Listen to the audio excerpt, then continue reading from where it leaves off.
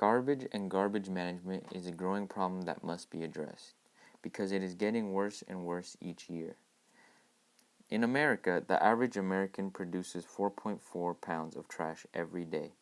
This is 1.8 pounds more than the average human being. A major contributor to this amount of trash is aluminum, because we can produce over 350,000 aluminum cans every minute. And in America, we use over 80 billion aluminum cans every year. More aluminum goes into beverage cans than any other product. These cans can last over 500 years, so we have to recycle them. Once an aluminum can is recycled, it can be a part of a new can within 6 weeks. And aluminum can be recycled over and over again. Recycling one aluminum can is the equivalent of half a gallon of gas. About 65% of America's aluminum is currently recycled, and every minute an average of 123,000 aluminum cans are recycled. On average, Americans recycle 2 out of every 3 aluminum cans they use. And an aluminum can contain 50% of post-consumer recycled aluminum. Paper is another wasted resource. To produce each week's newspapers, at least 500,000 trees must be cut down. If all our newspapers were recycled, we could save about 250 million trees each year. The average American uses 7 trees a year in paper. Approximately 1 billion trees worth of paper are thrown away every year in the US alone. Americans use 85 million tons of paper a year. That's about 680 pounds of paper per person. Each ton of recycled paper can save about 17 trees. Plastic is one of the most wasted resources today.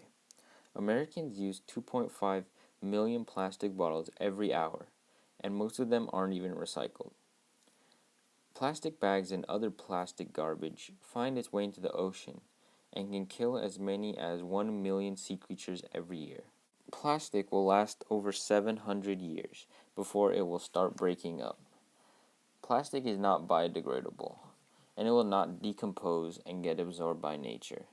Instead, it will photodegrade, which means it will turn into little toxic bits of itself and stay on the earth. Plastic is made from petroleum, and the production of plastic uses around 8% of the world's oil production. 90% of the trash floating in our oceans is made of plastic, around 46,000 pieces per square mile. 10% of the plastic we use yearly end up in the ocean.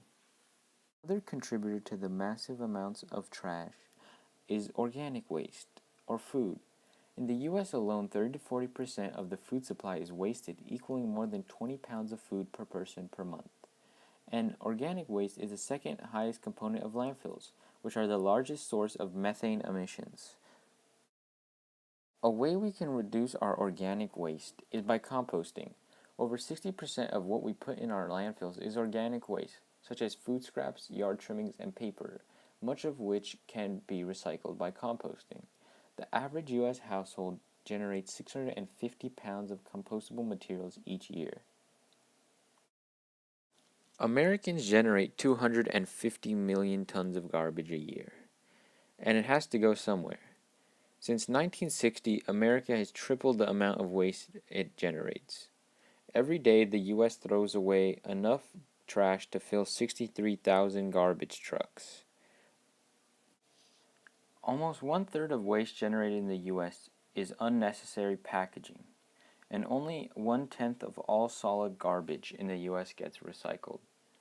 Each year, Americans toss out enough disposable utensils and cups to circle the equator 300 times.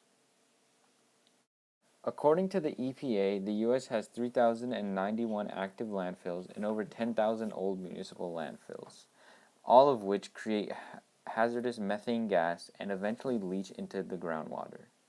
Since 2003, recycling has reduced the amount of trash thrown away by the U.S. by 32%. Sanitary landfills usually contain a bottom clay liner or a plastic one. Then the trash is filled, and appropriate vents are made to release the methane gas.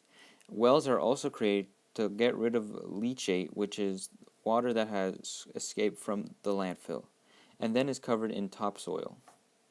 Once a landfill reaches max capacity, it can be capped off with topsoil and repurposed into many other things, like a golf course or a resort. But that doesn't change the fact that we shouldn't toss away organic materials, because when they decompose, they produce methane gas, which is harmful to the environment.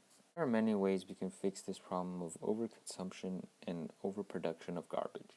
We can devote resources on the state level to recycling and reuse programs, and increase recycling incentives for companies and consumers. We can also require companies to produce products with minimum packaging and phase out toxic ingredients. This will reduce the number of landfills and incinerators, restrict expansions, and strengthen the environmental review, compliance, and ongoing monitoring at these facilities. Strict, well-funded enforcement is absolutely necessary to provide an increase in citizen participation in solid waste management, permitting, and policy. Another way we can fix this problem is to cut back on the amount of waste by using and throwing out less in the first place. We can also turn waste into raw material.